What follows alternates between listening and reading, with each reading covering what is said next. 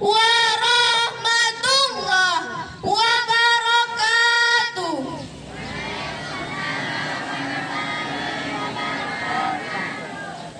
Alhamdulillah, alhamdulillahi rabbil alamin. Wassalatu wassalamu ala asrafil anbiya'i wal mursalin wa ala alihi wa ashabihi Rasulullah ya jama'in. Amma ba'du. Yang terhormat kepada Ibu Kepala Sekolah UPT SMPN 1 Basa Ampek Balai, yang terhormat kepada Bapak-Bapak Wakil, dan yang terhormat kepada Bapak Ibu Majelis Guru, beserta karyawan-karyawati, dan seterusnya kepada kaum muslimin, kaum muslimat rahimakumullah.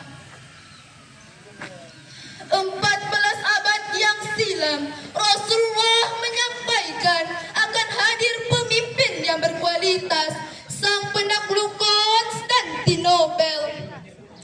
Kota Konstantinopel akan jatuh ke tangan Islam.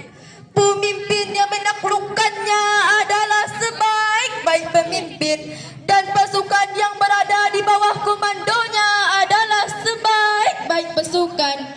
Demikianlah ungkapan Rasulullah sallallahu alaihi wasallam yang diriwayatkan oleh Imam Ahmad dalam kitabnya Tafsir Ibnu Hambali.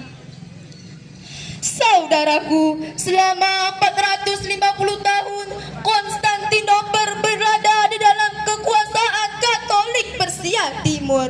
Tepatnya di hari Jumat, tanggal 18 April 1453, Konstantinopel jatuh ke tangan Islam. Di bawah kepemimpinan Sultan Muhammad Al-Fatih, sang pemimpin yang masih muda pada usia 23 tahun. Sebelum penaklukan dimulai, ada pertanyaan yang mengagumkan dari Sultan Muhammad Al-Fatih kepada seluruh pasukannya untuk mengimami solat Jumat. Siapa di antara kita sejak balik tidak pernah meninggalkan solat fardu? Siapa di antara kita sejak balik tidak pernah meninggalkan solat tahajud? Tak satu pun di antara 250 pasukannya yang menjawab. Lalu Sultan Muhammad Al-Fatih pun bangkit dari duduknya untuk mengimami solat Jumat waktu itu. Sebagai pertanda, dialah raja yang tidak pernah meninggalkan solat fardu. Dialah raja yang tidak pernah meninggalkan solat tahajud. Akankah hadir di tengah hiruk pikuknya bangsa ini menantikan tampilnya pemimpin seperti Sultan Muhammad Al-Fatih? maghrib mengaji jadi kebiasaan, akhlak Rasulullah jadi pedoman. Izinkan kami menyampaikan syarahan, semoga hadirin semua jadi terkesan Dengan tema kepemimpinan dalam konsep Al-Quran. Sebagai pencerahan, Quran Surah Al-An'am ayat 165 sebagaimana yang akan dilantunkan oleh qari'ah kami berikut ini.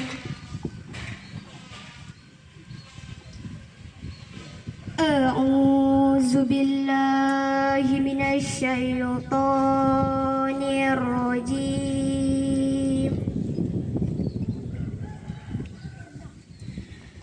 Bismillahirrahmanirrahim.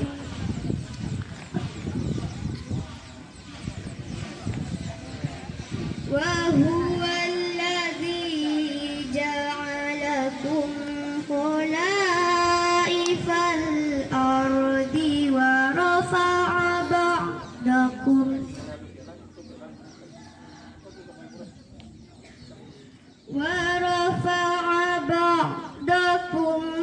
fawqa ba'din darajatil liyabluwakum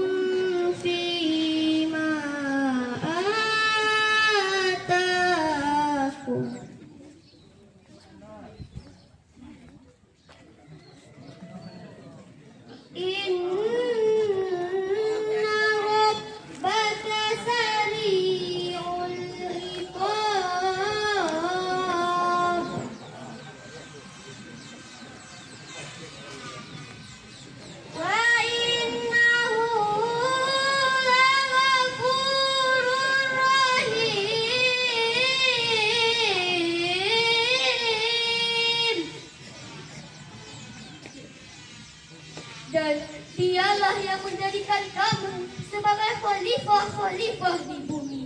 Dan dialah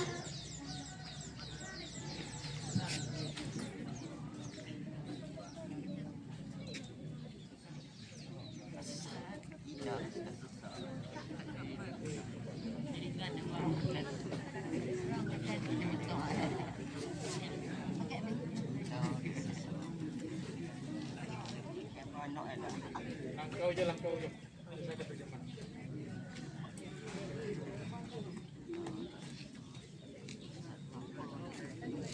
Hadirin hadirat yang dirahmati Allah, dalam tafsir Ibnu Katsir yang disusun oleh Abdullah bin Muhammad halaman 558 menjelaskan bahwa Allah telah memberikan mandat sepenuhnya kepada kita manusia untuk menjadi pemimpin, penguasa dan pemakmur bumi dari generasi ke generasi, dari satu masa ke masa yang lain. Hal ini senada dengan ungkapan Rasulullah Sallallahu Alaihi Wasallam yang berbunyi, "Each of you is a leader, and each of you will be held a constable of leaders."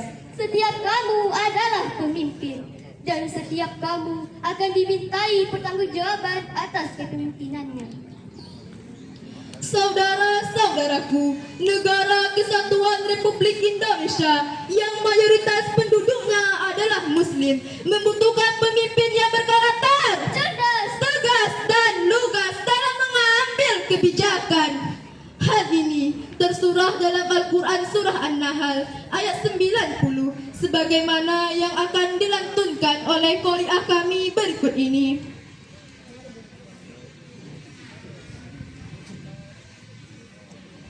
Inna Allah ya'muru bil adli wal ihsani wa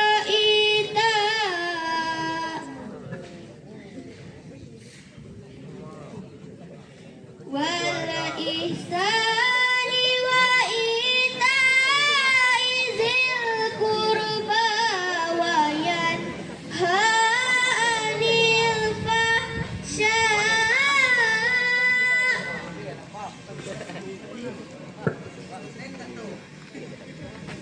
'anil fahsya'i wal munkari wal baghi ya'izukum la'allakum tadhakkarun.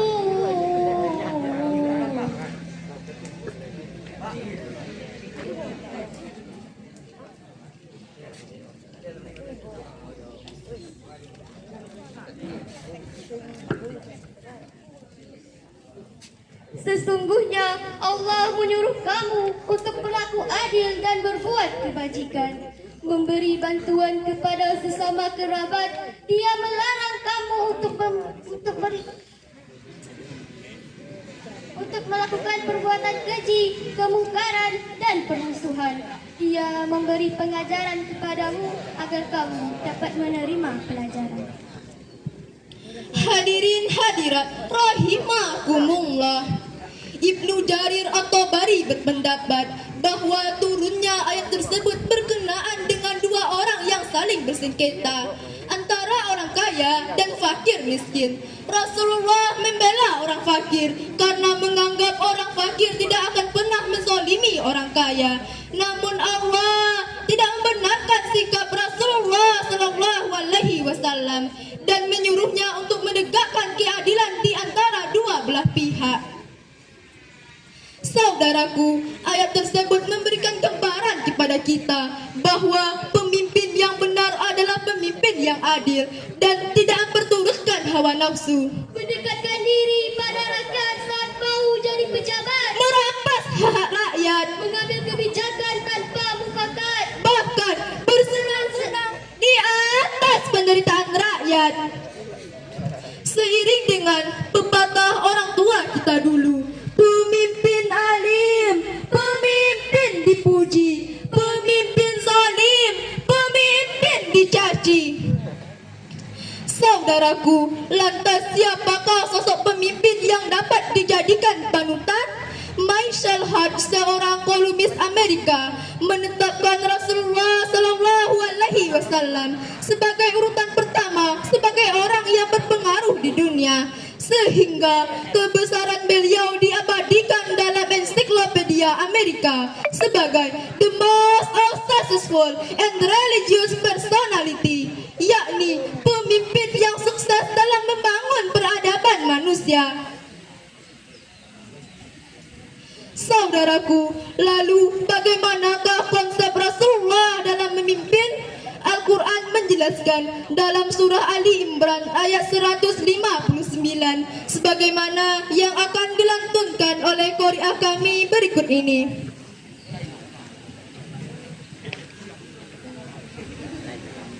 Fabima rahmatin minallahi linta lahum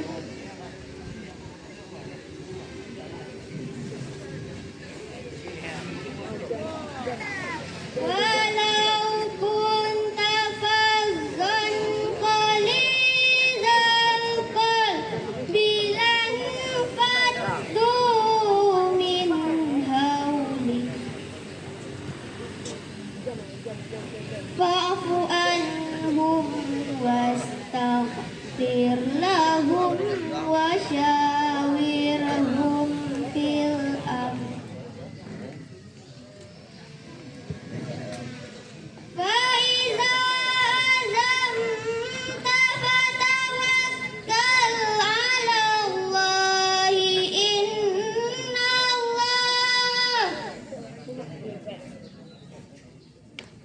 إن الله يحب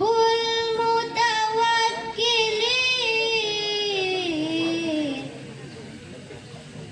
إن الله يحب المتوكلين صدق الله العظيم.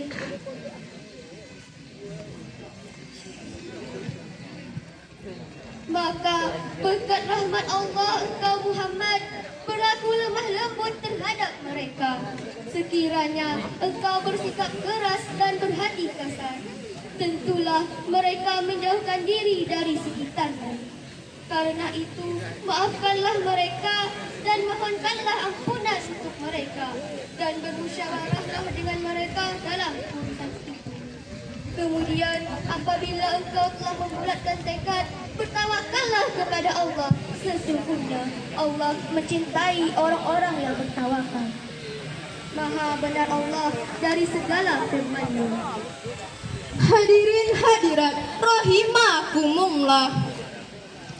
Dalam tafsir Al-Qurtubi halaman 619, Ibnu Kaisan menjelaskan bahwa makna dari ayat tersebut adalah ketika Rasulullah Sallallahu Alaihi Wasallam bersikap lemah lembut terhadap seorang yang berbalik saat perang Uhud, beliau tidak berlaku kasar terhadap mereka. Rasulullah dalam memimpin sangat senang bermusyawarah dan memiliki komitmen yang kuat serta bertawakal kepada Allah Subhanahu wa taala. Hal ini terbukti ketika Rasulullah Sallallahu Alaihi Wasallam sukses dalam membangun peradaban manusia. Saudaraku, namun lain halnya dengan pembangunan di negara yang kita cintai ini. Saat ini kita masih merasakan tipisnya keteladanan, Kurangnya figur berwibawa yang dapat diteladani, berapa banyak pemimpin yang dianggap sebagai pembela rakyat, pelindung masyarakat, tapi malah mencurangi hak rakyat.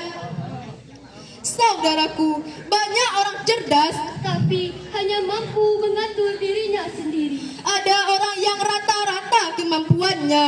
Tapi mereka mampu mengatur banyak orang. Itulah sebabnya mengapa bawahan lebih banyak yang cerdas dibandingkan atasannya. Saudaraku, dari uraian demi uraian dapat kita simpulkan bahwa manusia sebagai khalifah fil ard memiliki tanggung jawab penuh untuk memakmurkan bumi beserta isinya, Menegakkan keadilan dan kejujuran, dan meneladani kepemimpinan Rasulullah Sallallahu Alaihi Wasallam. Demikianlah pada hari ini. Akhir kata, jika bulan merindukan matahari, pastilah malam akan merindukan siang. jika Al-Quran memandu hati, Pasti melahirkan